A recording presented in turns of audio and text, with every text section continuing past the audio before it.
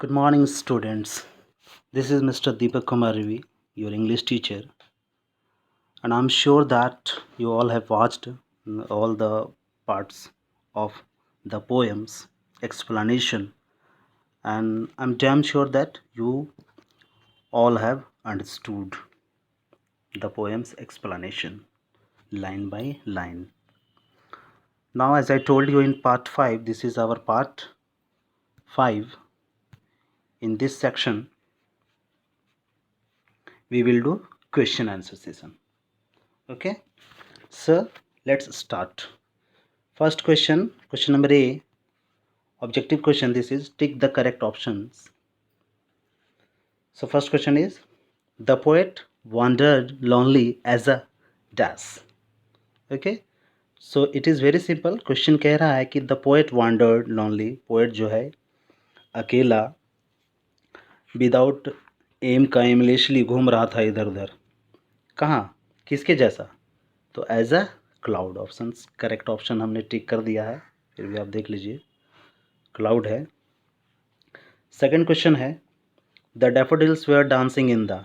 Answers आप इतना simple है कि आप खुद से ही कर सकते हैं, लेकिन एक श्योर्स के लिए, एश्योरेंस के लिए, कंफर्मेशन के लिए एक मैंने पीडीएफ फाइल बना दिया है और इसमें मैंने आंसर एक बार रिव्यू कर दे रहा हूँ और आप पीडीएफ फाइल भी डाउनलोड करके वहाँ से आंसर्स कर सकते हैं. So question number 2, the daffodils were dancing in the breeze. है ना, ब्रीज में डांस कर रहे थे. जो स्टॉर्म में तो नहीं कर रहे थे, रेन में भी थर्ड ऑप्शन नहीं कर रहे थे, और फील्ड में भी नहीं कर रहे थे. तो क्या कर दे रहे थे?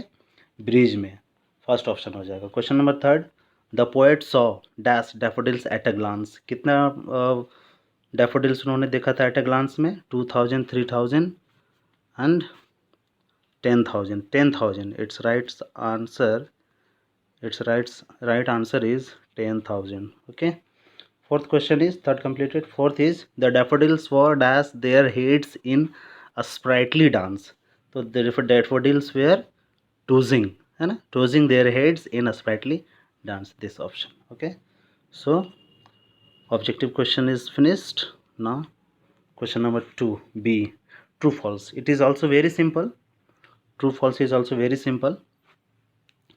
First question, I wander lonely as a cloud is written by P.B. Shelley. Okay, but this poem has not been written by P.B. Shelley. It has been written by William Wordsworth. So it is wrong. This is false. I have done here false. You can see. Question number 2. The poet saw a host of golden daffodils. Yes, right. A host of golden daffodils उन्होंने देखा था. True मैंने किया है यहाँ पे, आप देख सकते हैं. Question number 3 है, the flowers are stretched in never-ending line. Yes, the flowers are stretched in never-ending lines. This is also true. And the last one, the daffodils flashed upon the outward eye of the poet. The daffodils flashed upon the outward eye. तो यहाँ पे outward कह रहा है, बाहरी आंखों में. daffodils flash कर रहा था उसकी आंखों में, ठीक है, लेकिन outward नहीं था, वो inward था. आंख की गहराई में, आंखों की अंतरात्मा गहराई में जो है फ्लैश कर रहा था. तो ये आपका लास्ट में फॉल्स हो जाएगा, मैंने यहाँ किया है, ठीक है, आप यहाँ से कर सकते हैं. So this is also completed. True false is also completed. Now question number C, match the words given in the column A with those in columns B, make meaningful sentences. आपको इसमें मैच द फॉलोइंग है, very simple है, मैंने यहाँ कर दिया है. 1 का ऑप्शन डी हो जाएगा, फिर भी आप एक बार देख लीजिए इसको. क्वेश्चन कह रहा है, the cloud was floating on, है ना, क्लाउड किसमें फ्लोट कर रहा था? हाई ओवर हिल्स में आ जाएगा, डी में आ जाएगा. The poet saw a crowd, poet जो है क्राउड देखता है, ये किस में हो जाएगा? Host of golden. क्राउड और होस्ट झुंड था, क्राउड मतलब भीड़ और होस्ट मतलब झुंड, तो ये आंसर आपका सी में आ जाएगा 2 का. 3, the poet gazed much. Gazed much एक जगह टकटकी लगा करके देखता था, है ना, बट लिटिल थॉट, लेकिन वहाँ सोचता भी था कि मुझे क्या मिला. तो बी ऑप्शन इसका हो जाएगा 3 का. And 4th number, often poet ले इन अ काउच, यानी सोफे में वो लेटा हुआ रहता था. किस मूड में? इन पेंसिव मूड में. ऑप्शन ए हो जाएगा 4 का ए. मैंने सारा आंसर यहाँ टिक कर दिया है, आप यहाँ पे देख सकते हैं, ठीक है. So match the following is also completed.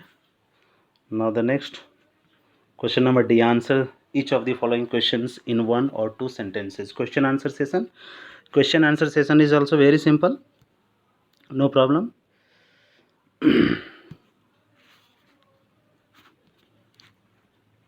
Question number 1, Okay. Question number 1. Who danced like a lonely cloud and where?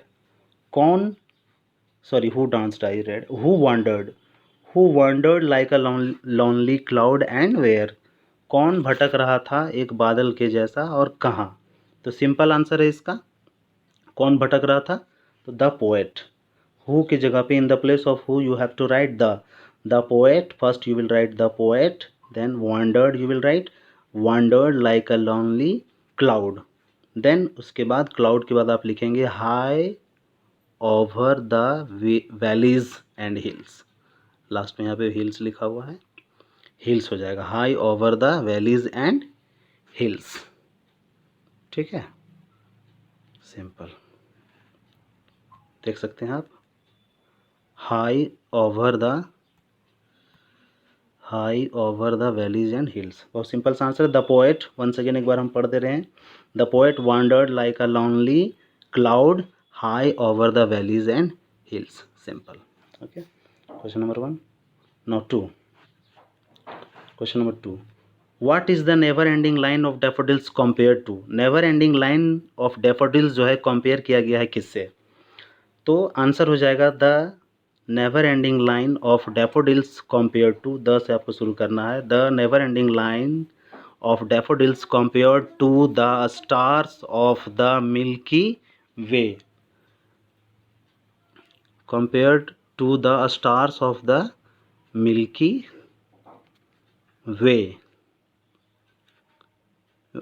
Galaxy. Milky Way galaxy last में हो जाएगा आपका Milky Way galaxy. Okay, here Milky Way galaxy. Now third question. Question number 3.